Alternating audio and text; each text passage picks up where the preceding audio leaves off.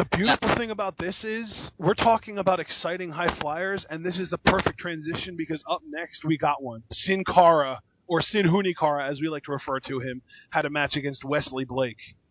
This was phenomenal, and this match right here is the reason that I wouldn't necessarily call the women's match the second best match of the night, because even though this was a squash match, Sin Cara absolutely blew my mind in this match. He is so freaking good.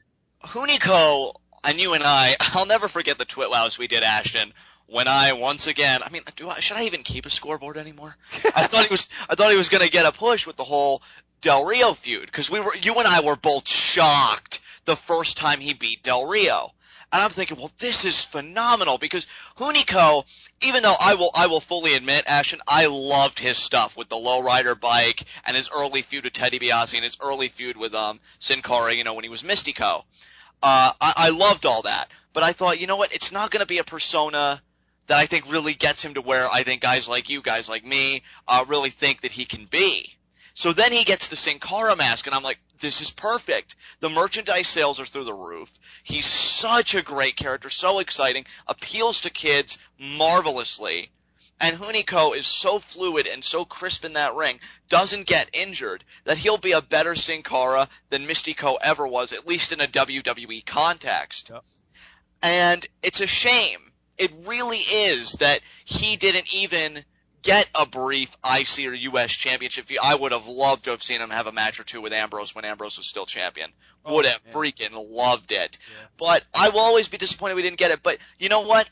This match is a reminder that he is just so damn good. I am so happy we got this match. Honestly, dude, I think our only hope really that we have left of seeing Sin Cara as a champion is if he is a tag champion with somebody like a Callisto or some other luchador, young and up-and-comer as like the veteran showing him the ropes. I'm going to be honest with you, Ashton. You know what? I love Epico and Primo. You and I both. I mean, you coined the term Prepico, and we were so high on him when they were having their run as tag team champions. I have not really connected with Los Vendedores, and I read sometime back, it's so funny, that they were meant to originally be heel Spaniards. Very cocky, very arrogant, and that intrigues me, and I wish we would have gotten that, but we didn't. And I haven't really clicked with these guys, and now one of them's injured, and I feel like if you really want a great high-flying tag team for the, Latino market and really appeal to that demographic, these are your guys. Sin HuniCara and Callisto, you get them on there, dude, I think they'd be contenders within 4 months of teaming together, if not less, because I could see them really shooting up in the ranks. With that kind of team, with that kind of excitement coming in behind them, I could see them winning the titles on their debut. I don't think 4 months is even a necessity at this point. I can agree with you, because you know what else they have going for them, though? And it goes back to what I was saying earlier about the Sin Cara gimmick. They have the viability in terms of the marketing.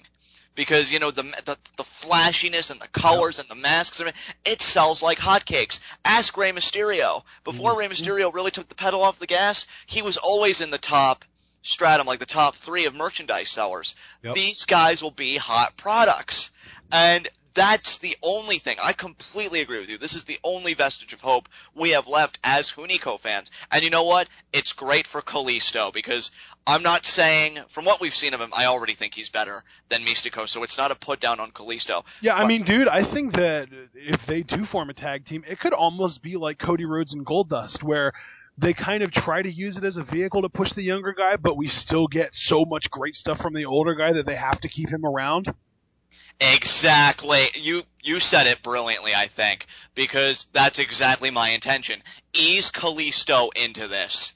Don't thrust him into singles or in anything like. I think a tag team is a perfect entryway. And even though it's a few, I think it's even a year old now. There were conversations at one point, from pro wrestlers like Booker T and others, who talked about the invaluable nature of tag team wrestling, because it grooms 2 guys instead of 1. Especially if one guy is your focus, it's still a great way to give him exposure without overexposure. Right. That's how I would treat Callisto at this time. Not saying that he can't handle it, but I don't want to make any mistakes with a golden egg-laying goose that we potentially have. Yeah, but dude, here's the thing. We don't have Callisto on this show, but we do have Sin Cara. Exactly. And his match with Wesley Blake, I think, goes back to our main point, bringing it full circle, why we should find a space for him on the main roster. And it really does. I mean, if you want to talk about exciting versus high flyer, Sin Cara is both. I mean, he does so much high-flying stuff that we were struggling to come up with more than one or two high-flying moves for all the guys we were naming earlier. Sin Cara, I can name at least 3 right off the bat.